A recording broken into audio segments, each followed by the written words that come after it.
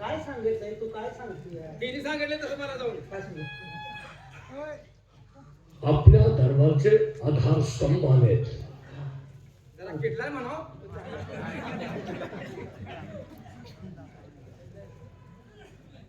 ए फाकड्या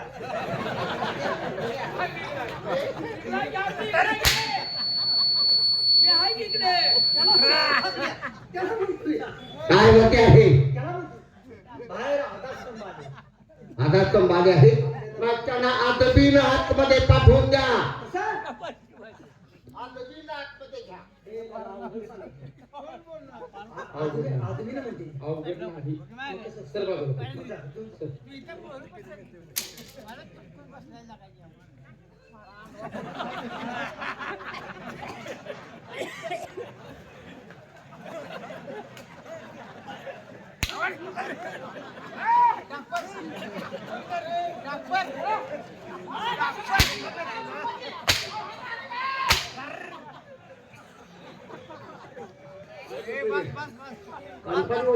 अहो तिने सांगितलं मला, मग काय करू?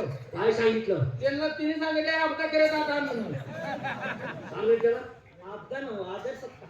कळतो का? मग हे तुझ्या काय त्याच्या आहे? जाऊ, परवानगी. जाऊ. फानुस बनकर जिसकी हिफाजत हुआ करे, फानुस बनकर जिसकी हिफाजत हुआ करे, वो क्षमा क्या मुझे जिसे रोशन खुदा करे. महाराजांच्या चरणी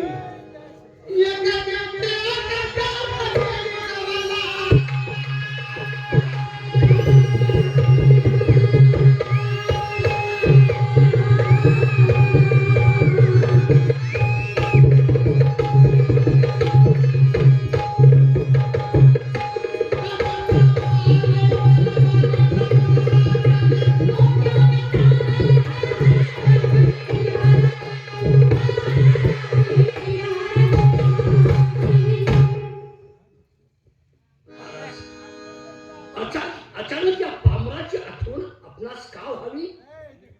तात्यासाहेब बोला. या राष्ट्राचे तुम्ही आधारस्तंभ आहात. या राष्ट्राची सर्व सूत्र आपल्या ताब्यात आहे. बरोबर.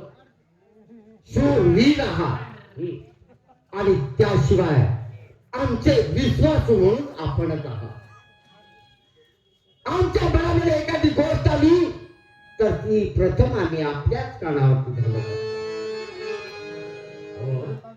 मग आज एक महत्वाची कामगिरी आपल्यावरती सोपवण्यासाठी आम्ही आपल्याला दरबारमध्ये पाचारण केला. महाराज, आपल्या विश्वासास आम्ही कधीच तडा जाऊ देणार नाही. बरोबर.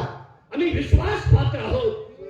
आपल्या मुखातील शब्द आम्ही कधी खाली पडून देत नाही. बरोबर आहे. बोला. कोणतं एवढं महत्वाचं काम असेल जे आमच्या शिवाय राहिलं ते? तात्यासाहेब, हे आपलं राष्ट्र कसं राम राज्यासारखं नीतीनं नियमानं आणि न्यायानं चालणार राष्ट्र आहे. आज याच राष्ट्रामध्ये आज गोरगरिबावरती अन्याय अत्याचार होत आहे. म्हणजे आपल्या राष्ट्रामध्ये चोरांनी धुमाकूळ घातलेला आहे. गोरगरीब शेतकऱ्यांची जनावरं गुरं ढोरं वळून घेऊन जातात. एवढंच नाही तर त्यांच्या शेतामळ्यात आलेलं पीक सुद्धा नाहीच केलं जातं. याचा बंदोबस्त करणं हे आपलं कर्तव्य आहे.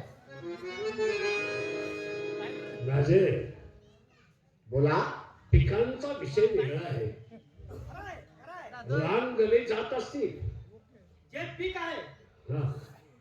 रेड बाजरी, हो. त्या शेतकऱ्याला काढून द्या, मात्र होत नाही.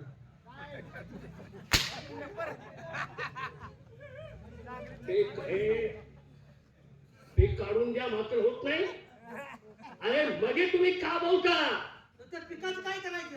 हो बाईस, मी सांगतोय ते ऐक. महाराज बोला. आमच्या गुप्त गोठातून आमच्या कानी एक गोष्ट पडली आहे. कोणती? आता बोले, परत बोले, नंतर बोले.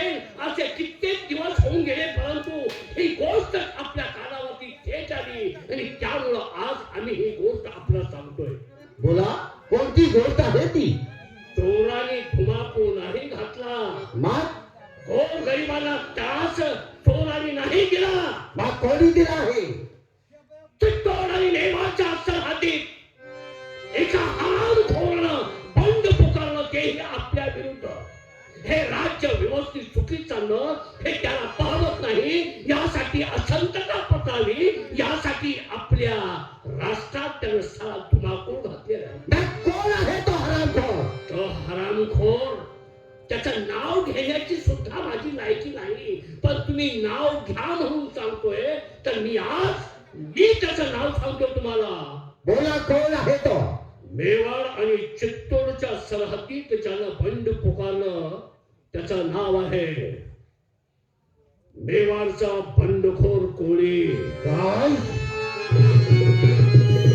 म्हणजे तो मेवाडचा बंडखोर कोळी त्याला आपल्या राष्ट्रामध्ये बाध्य पुकारला आहे आणि तो आपल्या गोरगरीब प्रजेला त्रास देतो आहे. तात्यासाहेब, आमचा आज तुम्हाला हुकूम आहे, याच पावली आपल्या राष्ट्रातील आपल्या जे काही सेवक आहेत, सैनिक आहेत, ते आपल्या साथीला घ्या आणि ताबडतोब जावा. आमच्या बंडखोर कोळ्याला जिवंत वाचवा. त्याचा मुर्दा आमच्या दरबारमध्ये हजर करा. हा आमचा आपल्याला हुकूम आहे. शस्त्रखान्यातील एखादी संशय घ्या आणि याच ठिकाणी माझा शिरछेद करून टाका. माझा अपमान संपूर्ण राष्ट्र आम्ही सांभाळतो. या राष्ट्राची धुरा आमच्या खांद्यावर आहे. बारमार आणि असल्या क्षुल्लक माणसाच्या बंदोबस्तासाठी आम्हाला तुम्ही पाठवता. तात्यासाहेब, एवढा कमीपणाने का घ्यावा? काम छोट किंवा मोठं नसतं. माणसाला इज्जत मिळवायची असेल, मान मर्यादा मिळवायची असेल तर ते काम छोटा असो मोठा असो, ते असकीपणे पार केलं पाहिजे. महाराज, चिंतानं कधी हत्तीची बरोबरी केली आहे का? मांजर जरी वाघासारखं दिसत असेल तर मांजर कधी वाघ होऊ शकत नाही. मग ते मांजर माझ्याची लढते काय? आणि त्याचा बंदोबस्त मी करावा? नाही, मी नाही ते करू शकत. तात्यासाहेब, हत्ती जरी बंदलेला असला तर एक मामुली दिसणारी मुंगी सुद्धा त्या हत्तीला महान पडत असते. त्या मुंगीची बरोबरी तो हत्ती करू शकत नाही. त्यासाठी हे काम आम्ही आपल्याला करायला पाहिजे असा हुकूम सोडत आहे.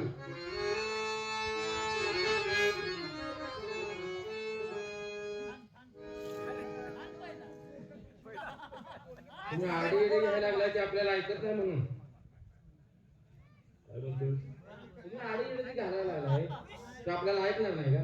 माझी समजण आकाशात वीज टाकून जावी त्याप्रमाणे माझी समजण चमकते. तुला शूरवीर आणि धाडसी कोण आहे हे तुला माहित असताना मला प्रश्न का विचारतोय? जा त्या मेवाडचा तो बंदोबस्त कर. आता मी गेलो असतो तो माझा पुतणी आहे.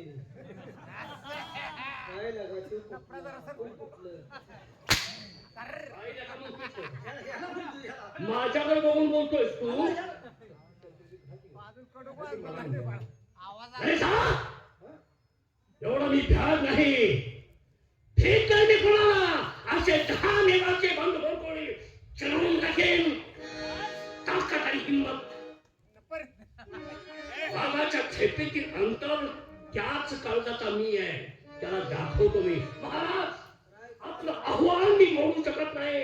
मीच कामगिरी जातो. माझ्याशी सैन्य गरज नाही. सैन्य नको आहे. पण तो हे सेवक तरी आपल्या सेवेसाठी आपल्या सोबत राहू दे.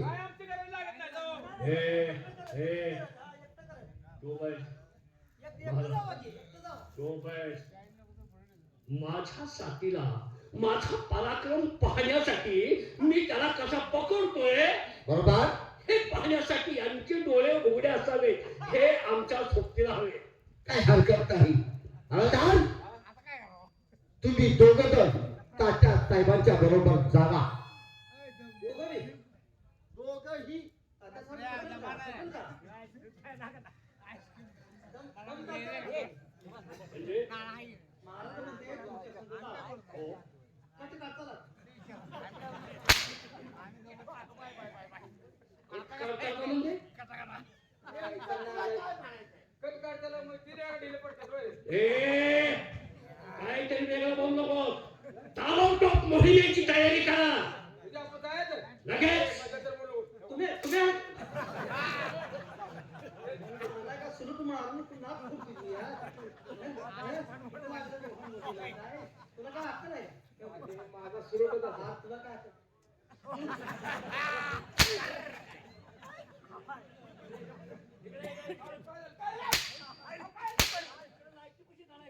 सुलूक मारू नको. नाही का? हत्यारी शस्त्र घ्या, लागणारं साहित्य घ्या, दिसताच साहित्याला काहीच करायचा, जिवंत दरबारात लावून सोडायचा. जोपर्यंत काकासाहेब आहे हा तोपर्यंत आम्ही दोघं तुमच्या साथीला आहोत. शाबास. अरे कुठं जातो? कुठं जातो? मेवाचा दोन पोळी कुठं? पकड ना. पकड ना. बाबा.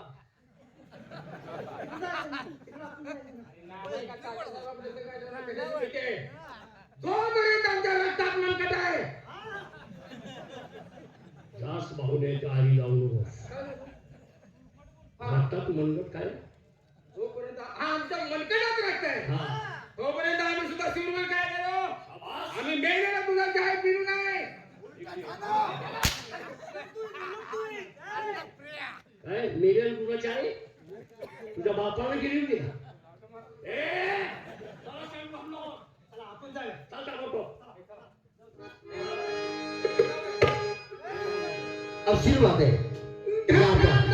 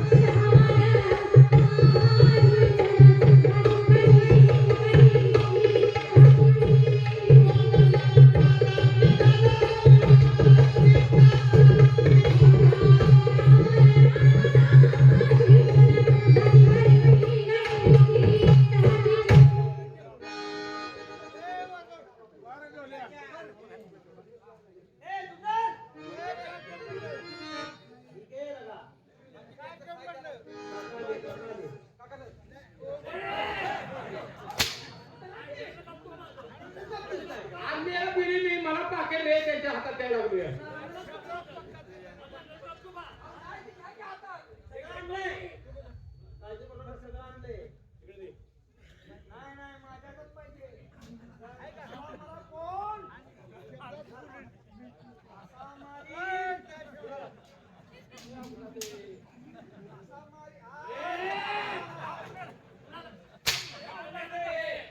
तुमचं काय काम? ए, सगळ्या जंगलाची छाननी करा. ठीक आहे. माग दिसतोय का पहा. माग दिसतोय का पहा. पहा.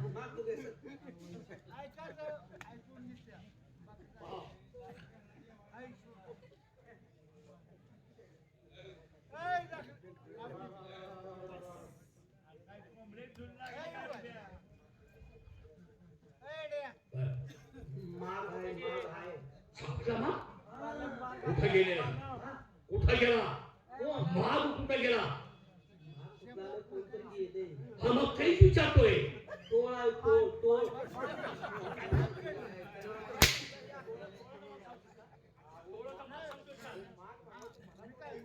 तू कधी थांबतोय माग?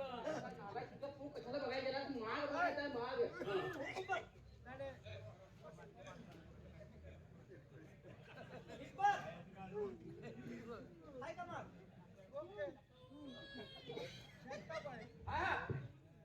याला बघ आता इकडून येतात बोका गेले.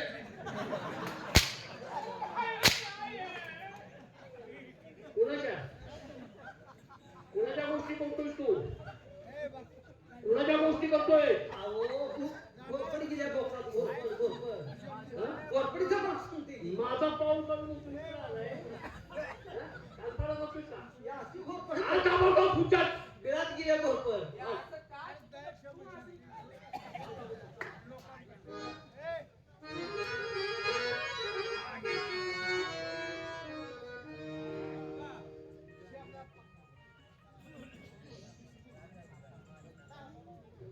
मेवाड आणि चित्तोड या सरहद्दीवर ज्या नरपुरुषानं बंड पुकारलं,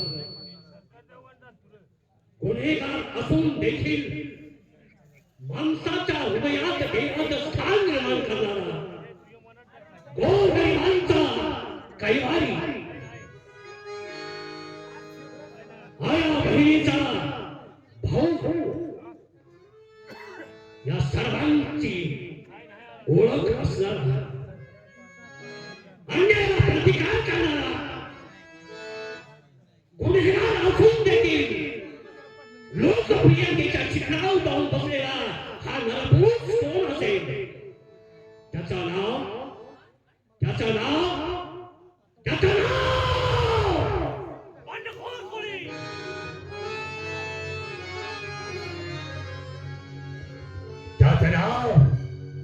मेवाड बंडखोर कोळी. मेवाड बंडखोर कोळी म्हणजे कोण? ज्या बहिणीचं रक्षण करतो, गरिबांतून जाती करतो, ज्याला घर नाही त्याला देवा देवा असा तो बंडखोर कोळी.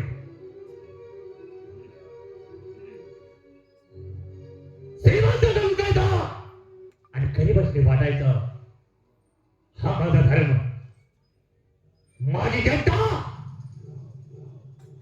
अन्न विना तडफडली नाही पाहिजे, असा माझा ध्येय आहे. एखादी माऊली तर समोर आली तर सहजपणे म्हणते, दादा भरायचं, त्यातच माझं भेटला. पैसा पैसा पैसा पैसा करून दुनिया तळपडते, पण पैसा जर जिंकता येतोय, जग जिंकता येतं ते मायेनं आणि प्रेमानं. अरे पिरा, हे पिरा, काय रे दादा, आज लय चेहरा खुश दिसतोय. अरे पिरा, काय सांगू तुला तर बघितलं ना, असं मनाला आनंद वाटतोय की खरोखर. अरे मला सख्खा भाऊ नाही, पण सख्या भावापेक्षा तू दादा. अरे का वाटणार नाही? अरे मी कोण, कुठला, माझ्या जातीचा पत्ता मलाच माहित नसताना एखाद्या अनाथ मुलाला आपल्या हाताशी धरलास, त्याला लहानाचा मोठा केलास, हे तुझे डाव ते सगळे काही शिकवलास. गोर गरीबाचा पाठीराखा कसा करायचा याचं ज्ञान दिलास. भुकेलेची भूक जाणली, तहानेलेची तहान जाणली, आणि तुझ्या पावलावरती पाऊल ठेवून आतापर्यंत हे जीवन जगत आलोय. मला आईची माया दिलीस, बापाचं कर्तव्य निभावलंस, आणि भावाचं प्रेम दिलास. अरे या जगात रक्ताच्या नात्यापेक्षा मानलेले नाते सर्वश्रेष्ठ असतात, ते यालाच म्हणतात. बरोबर पिरा, तू कधी माझ्यापासून परका समजू नकोस. माझा सख्खाच भाव आहे तू. होय दादा, अरे तुझ्यासाठी मी माझा जीव सुद्धा द्यायला तयार आहे. होय, पण दादा पिरा, आज मला असं का होतंय? काय रे? आज का कुणास ठाऊक मला जरा घरची आठवण येते. असं होय, मला वाटलं आणि काय दुसरंच काय आहे काय. अरे दादा, माझ्या तर मनात लई दिवस होत वहिनीकडे जावावं, वहिनीच्या हातचं 4 घास खावावं असा, पण म्हणलं तुला बोलावं तर तू कायम सदारा दादा टेन्शन मध्ये असतोय, आणि मला काय तर म्हणलास म्हणताना आपलं पुढे ढकललं.